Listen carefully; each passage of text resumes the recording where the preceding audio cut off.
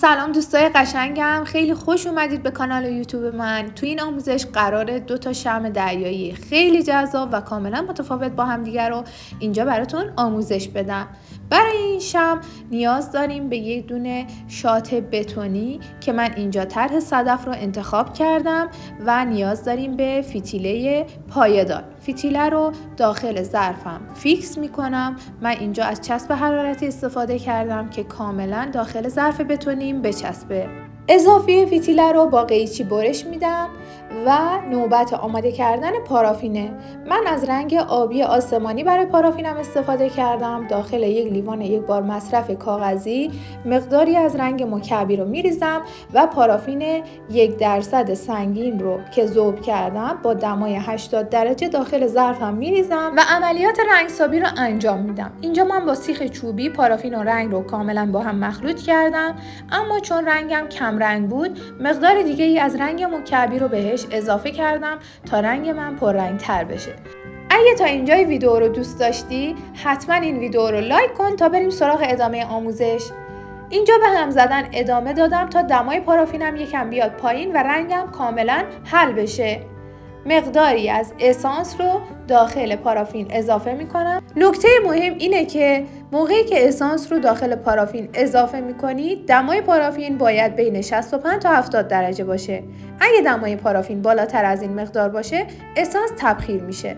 اینجا اسانس رو با پارافین مخلوط کردم و به آهستگی داخل ظرف میریزم. اینجا من از اسانس اقیانوس استفاده کردم تا حس دریا رو منتقل کنه. اگه تو بخوای یه اسانس استفاده کنی چه نوع اسانسی رو بیشتر میپسندی؟ اجازه میدم تا پارافین سرد بشه. در ادامه مقداری پارافین ژله‌ای رو میذارم ذوب بشه و مقداری رنگ مایع آبی رنگ رو به پارافین ژله‌ای ذوب شده اضافه میکنم و کاملا هم میزنم تا رنگ با پارافین مخلوط بشه. اگه دوست داری آموزش رنگ مایع شمعسازی رو برات بذارم حتما تو کامنت ها بهم بگو تا ویدیوی بعدی رو برات آماده کنم. پارافین ژله‌ای ذوب شده رو روی سطح پارافین قبلی اضافه میکنم تا یه حالت براق و زیبا به شمع من بده. اینجا نوبت تزیینات دریایی. من از انواع صدف و ستاره‌های دریایی برای تزیین شمعم استفاده کردم. نکته مهم اینه که قبل از اینکه پارافین رویی سرد بشه شما باید تزیینات رو روی سطح شمع بچسبونید. اگه پارافین سرد شد میتونید از فندک اتمی یا سشوار استفاده کنید و سطح پارافین رو کمی ذوب کنید و تزیینات رو روش قرار بدید. بعد از این مرحله من مقداری خاک ساحلی رو روی سطح کار ریختم و مقداری اکریل نقره‌ای هم برای زیباتر شدن کارم روش اضافه کردم. حالا بریم سراغ ادامه ویدیو که یه شمع دریایی جذاب دیگر رو با یه تکنیک دیگه میخوام بهتون آموزش بدم. خب اولش فتیله رو به پای فتیله متصل میکنم. با استفاده از یه انبردست کاملا فیکسش میکنم. ظرفی که انتخاب کردم شکل ستاره دریاییه تا حس دریا رو بیشتر منتقل کنه. این ظرف‌های بتونی رو میتونید از لوازم شمعسازی ها تهیه کنید. تو این مرحله فتیله ها رو داخل ظرف سنگی مورد نظرم فیکس میکنم.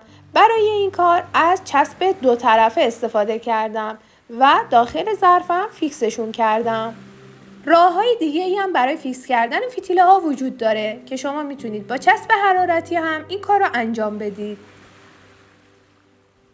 تو این مرحله پارافین 3% سنگین رو گذاشتم ذوب بشه و مقداری رنگ مکعبی آبی رنگ رو بهش اضافه کردم و تا نصف ظرفم با پارافین پرش میکنم و اجازه میدم تا کمی سرد بشه. برای ادامه کار نیاز به پارافین سفید رنگ دارم. مقداری از پارافین ذوب شده رو داخل یک لیوان کاغذی میریزم و مقداری رنگ مکعبی سفید رو بهش اضافه میکنم. اینجا میتونید از مکمل مات کننده یا مقداری رنگ سفید مات استفاده کنید و کاملا با پارافینتون مخلوطش کنید. تو این مرحله میتونید اسانس هم اضافه کنید تا شمعتون معطر بشه. حالا میریم سراغ تزیینات شمع دریاییمون. مقداری صدف، ستاره دریایی، خاک‌های ساحلی و انواع تزیینات دیگر رو میتونید برای روی شمعتون استفاده کنید. پارافین سفید معطر رو وقتی که کمی از دما افتاد روی سطح کار بریزید و با تزیینات دریایی مثل صدف و شن میتونید تزیینش کنید. اینجا من از شن استفاده کردم. حالا یه ستاره دریایی و بقیه تزیینات رو روی سطح کار میچسبونم. تا وقتی که پارافین گرمه این کار رو میتونید انجام بدید.